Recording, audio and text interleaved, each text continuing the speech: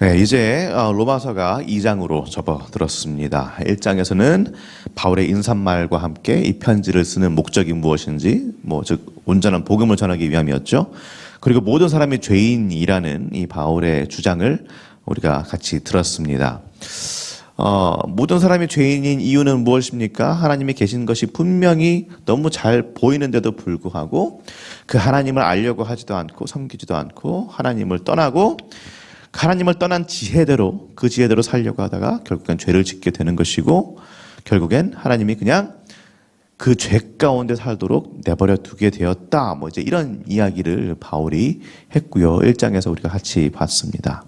그 와중에 여러 가지 죄의 목록이 있었죠. 정욕, 음욕, 불의, 추악, 탐욕, 악의, 수근수근하고 비방하고 교만하고 자랑하고 부모 거역하고 무정하고 무자비하고 등등등 여러 가지 죄악들이 1장 후반부를 보면은 계속해서 나오고요. 하나님을 떠나서 사는 인생의 모습이 어떤 것인지를 잘 보여줍니다. 그런데요, 성도님들, 내로남불이라는 말 들어보셨죠? 내로남불. 저는요, 최근까지도 내로남불이 사자성어인 줄 알았습니다. 네, 사자성어인 줄 알았어요. 그런데 알고 보니 사자성어가 아니더라고요. 비교적 최근에 나온 말입니다. 90년대에 나왔던 말인데 어떤 말의 줄임말인데 혹시 뭐의 줄임말인지 아십니까? 내로남불. 네, 내가 하면 로맨스, 남이 하면 불륜. 내가 하면 로맨스, 남이 하면 불륜. 이 말의 줄임말이더라고요. 가끔 어디 관광지나 휴양지를 가면은 사실 그런 모습들을 보일 때가 있습니다. 중년 이상의 커플인데 분명히 함께 산 지 10년, 20년 이상 된 것 같은 커플인데 그런 것 치고는 뭔가 애정 행각이 과하다라는 느낌이 드는 그런 커플들을 볼 때가 있는데요. 그런 커플들을 보면 우리가 어떻게 생각합니까? 야, 불륜 아니야, 불륜? 불륜인데? 이렇게 하죠. 그런데 이 내로남불이라는 말에 따르면 우리 인간이 어떻다라는 거예요? 남을 봤을 때는 손가락질하면서 불륜이다 라고 하는데 내가 막상 그 일을 하면 어떻게 한다는 거예요? 세상이 인정하지 못하는 그 로맨틱한 사랑을 내가 하고 있다. 이렇게 한다라는 겁니다. 분명 내가 지금 하고 있는 것도 똑같은 잘못이에요. 내가 지금 하고 있는 것도 분명히 잘못이고 잘못된 것인데 남의 잘못들은 정말 손가락질하면서 털끝 하나라도 찾으려고 쥐잡듯이 그렇게 찾는데 내 잘못에는 무제한적으로 관대하고 어떻게 하든지 합리화하고 합당한 이유를 찾는 것이 우리 인간들이라는 말입니다. 우리 오늘 말씀 1절 한번 같이 읽어볼까요? 그러므로 남을 판단하는 사람아 누구를 막론하고 내가 핑계하지 못할 것은 남을 판단하는 것으로 내가 너를 정죄하매니 판단하는 네가 같은 일을 행함이니라. 아멘. 세번역 성경을 보면은 이렇게 말합니다. 그러므로 남을 심판하는 사람아 그대가 누구든지 죄가 없다고 변명할 수 없습니다. 그대는 남을 심판하는 일로 결국 자기를 정죄하는 셈입니다. 남을 심판하는 그대도 똑같은 일을 하고 있기 때문입니다. 라고 말합니다. 남을 판단하고 심판하는 일은 우리가 참 잘합니다. 이거 잘못했네. 저거 잘못했네. 이걸 이렇게 하면 안 되지. 저건 저렇게 해야지. 손가락질하고 비방하고 정죄하는 건 타의 추정을 불허합니다. 우리가 가지고 있는 어떤 가치관, 그 틀, 거기에 안 맞을 때, 거기에서 조금이라도 벗어나면, 아구가 안 맞으면 바로 판단하고 분연히 일어나서 맞서 싸울 준비, 그럴 용기가 있는 사람들이 우리들입니다. 왜요? 그렇게 하면 내가 잘하는 것처럼 보이기 때문입니다. 그렇게 하면 내가 정의로운 것처럼 보이기 때문입니다. 그리고 남을 정죄하고 손가락질하고 남의 잘못을 들춰냄으로써 내 잘못, 내 부족함, 내 죄는 가려지기 때문입니다. 그러다 보니 막상 우리 자신의 죄악들, 우리 자신의 잘못에 대해서는 어떻게 합니까? 그렇게 남을 판단하는 그 날카로운 칼로, 날카로운 자아 같은 그 잣대로 판단할 준비가 되어 있습니까? 맞서 싸울 용기가 있습니까? 아니요. 오히려 묻으려고 하죠. 어떻게 해서든 어떤 이유를 대서든지 합리화하고 남에게 보이지 않으려고 하는 것이 우리 인간들의 모습이라는 것입니다. 우리 3절 말씀 같이 한번 읽어볼까요? 이런 일을 행하는 자를 판단하고도 같은 일을 행하는 사람아 내가 하나님의 심판을 피할 줄로 생각하느냐. 아멘. 참 무서운 말씀입니다. 그죠? 네가 하나님의 심판을 피할 줄로 생각하느냐. 1장 후반부에 나오는 그 죄의 목록들이 있습니다. 그렇죠? 그 죄의 목록들 한번 유심히 보셨는지 모르겠지만 그 죄의 목록들 중에서 자유할 수 있는 사람, 해당 안 되는 사람 없을 겁니다. 우리 가운데 그 죄의 목록들, 그 죄의 목록이 모든 죄들을 다 써 있는 것도 아니지만 그걸 보면서 다 하나하나 다 읽으면서 나는 이 중에서 범한 것이 아무것도 없네.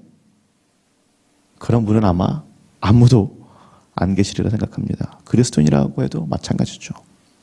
그런데 우리가 어떻게 합니까? 많은 이들이 그 중에서 눈에 띄는 거 몇 개, 절대로 나는 범할 일이 없다라고 판단되는 그 몇 개들. 나는 이런 거는 절대 할 일이 없지. 나는 이제는 범할 일이 없지. 그것들 몇 개를 끄집어서 그거를 범하는 사람들을 찾아냅니다. 그 죄를 범하는 사람들을 찾아내서 손가락질하고 죄인이다, 잘못됐다 판단하고 정죄하고 비방하는데 혈안이 되는 것이 우리들입니다. 사랑하는 성도님들 기억하십시오. 완전하신 하나님의 눈으로 봤을 때 죄는 죄입니다. 그냥 죄는 죄예요. 경중이 없습니다. 똑같이 잘못된 것이고 똑같이 악한 것이고 똑같이 지옥에 갈 만한 다 죄입니다. 그런데 우리끼리 그걸 나눠가지고 경쟁하고 싸우는 거예요. 에이, 너는 똥이 묻었잖니. 나는 겨밖에 묻지 않았어. 그러니까 난 괜찮아. 참 너무 적나라하게 말씀해서 죄송합니다만 그게 우리라는 거예요. 그런데 하나님 분들이 봤을 때 뭐예요? 더러운 건 더러운 겁니다. 하나님의 은혜가 필요한 것, 예수 그리스도의 그 십자가의 죽으심과 부활하심으로 오는 그 구원이 필요한 것은 너나 나나 누구나 매한가지라는 말입니다. 그런데도 우리는 더러운 나 자신을 보면서 회개하고 하나님의 은혜를 구하고 은혜를 주신 하나님께 감사하기보다는 남을 보면서 손가락질하는 것을 더 즐겨 한다라는 말입니다. 오늘 읽은 이 2장의 말씀, 2장 3장의 말씀은 이제 유대인들을 향한 말입니다. 바울이 로마에 있는 유대인 출신 그리스도인들을 향해서 하는 말인데요. 그 당시 유대인들이 어떤 사람들이었습니까? 어떤 특권의식이 있었죠. 지금도 뭐 마찬가지입니다만 우리만 하나님을 잘 알고 있고 우리만 하나님의 율법을 받은 사람들이고 우리만 하나님을 열과 성으로 섬기는 하나님의 선택받은 사람들이다. 그 선민의식이 가득 차 있었죠. 근데 지금 바울은 그 유대인들한테 말하는 거예요. 너희도 똑같아. 똑같아. 남을 판단하고 있지? 아니야. 판단하고 있는 너희들도 똑같다. 그렇게 지금 말하고 있습니다. 근데 그 유대인이라는 단어를 그리스도인으로 바꾸면 어떨까요? 유대인을 그리스도인이라는 단어로 바꿔도 똑같습니다. 우리도 별로 다를 게 없어요. 우리라고 해서 남을 판단하고 멋대로 손가락질하고 그런 것이 아니라 내 죄악들을 바라보며 항상 겸손한 마음으로 죄인된 마음으로 하나님의 의를 구하고 은혜를 구해야 된단 말입니다. 우리 4절 말씀 함께 읽어볼까요? 혹 내가 하나님의 인자하심이 너를 인도하여 회개하게 하심을 알지 못하여 그의 인자하심과 용납하심과 길이 참으심이 풍성함을 멸시하느냐. 분명 하나님은 참으시는 하나님이십니다. 인자하시고 우리의 부족함을 용납하시는 그런 분이에요. 용서하시는 분이에요. 그러나 그렇다고 해서 우리가 그냥 방만하면 안 됩니다. 하나님 용서하시니까, 하나님 아시니까 내 죄는 나는 예수 믿는 사람인데 내가 지금 죄 짓고 있다고 해도 하나님 나 용서하시는데 나 그리스도인인데 어때? 그게 아니고요. 내가 지금 계속해서 지어지고 있는 죄가 있다면 거기에 대해서 통탄하는 마음을 가지고 하나님 앞에 무릎으로 나아가야 된다는 말입니다. 하나님 잘못했습니다. 죄송합니다. 예수께서 나를 위해서 십자가에서 죽으셨는데 그 사랑을 내가 가지고 있음에도 불구하고 그럼에도 불구하고 하나님 제가 이 죄악에서 벗어나지 못하고 있습니다. 불쌍히 여기시고 용서하시고 구하여 주옵소서. 그 마음을 가지고 우리가 주님 앞에 나가야지 그것이 아니라 남을 판단하는 데만 손가락질하는 데만 혈안이 되어 있으면 하나님께서 그냥 가만히 계속 놔두시지 않는다는 말입니다. 우리 5절 말씀 같이 읽겠습니다.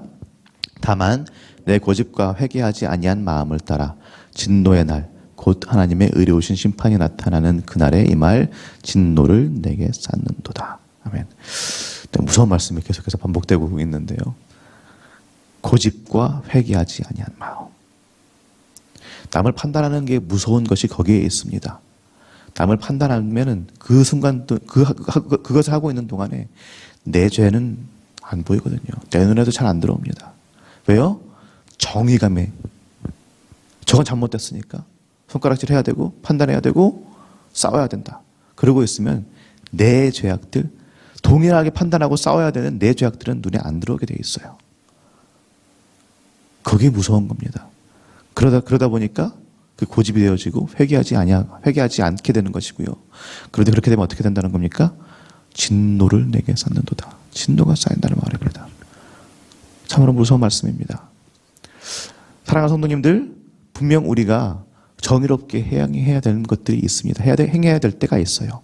세상의 만연한 불의한 모습들을 보고서 하나님의 정의와 공의와 맞지 않는 것들을 보면서 약자들이 핍박되는 것을 보면서 그런 것들을 보면서 우리가 분명히 맞서 싸워야 될 것들이 있습니다. 그러나 그것이 모든 우리의 가치관과 맞지 않는 모든 것들을 바라보면서 모든 작은 것들을 보면서 손가락질하고 판단하고 싸우라는 얘기가 아닙니다. 오히려 그렇게 해야 될 대상은 누구입니까? 나예요, 나. 지금 여기서 서서 이 얘기를 하고 있는 저부터입니다. 내 안에 있는 수많은 하나님을 올바로 섬기지 못하는 것들, 죄악들, 그것들을 바라보고 피 흘리기까지 맞서 싸워야 할 줄로 믿습니다. 오늘 이제 기도하실 때 한번 생각해 보십시오. 성령 하나님께 도우심을 구하십시오. 하나님, 지금 제 안에서 제가 피 흘리기까지 싸워야 할 부분이 무엇입니까? 해결되지 않고 있는 죄악의 부분들이 무엇입니까? 하나님 말씀해 주실 겁니다. 그렇다면 그걸 가지고 계속해서 하나님과 씨름하십시오. 하나님, 내 힘으로 안 됩니다. 내 힘으로 해결이 안 돼요. 주님의 은혜가 필요합니다. 도와주세요. 회개할 수 있도록 주님 도와주세요. 그렇게 이야기하시고 하나님께 고백하시고요. 그리고 또 지금 내가 판단하고 있는 부분들, 내가 남을 정죄하고 있는 부분들, 하나님 이제는 좀 그만할 수 있도록 도와주세요. 사랑으로 품고 하나님의 은혜를 구할 수 있도록 도와달라고. 그 마음을 오늘 아침에도 기도하시지만 우리 평생 동안 이거는 계속해서 가져가야 될 기도 제목입니다. 그 기도를 우리가 해나갈 수 있도록, 그래서 하나님의 은혜를 구할 수 있도록 그렇게 살아가시는 우리 성도님들 되시기를 예수님의 이름으로 축원합니다. 이제 말씀을 생각하면서 기도하도록 하겠습니다.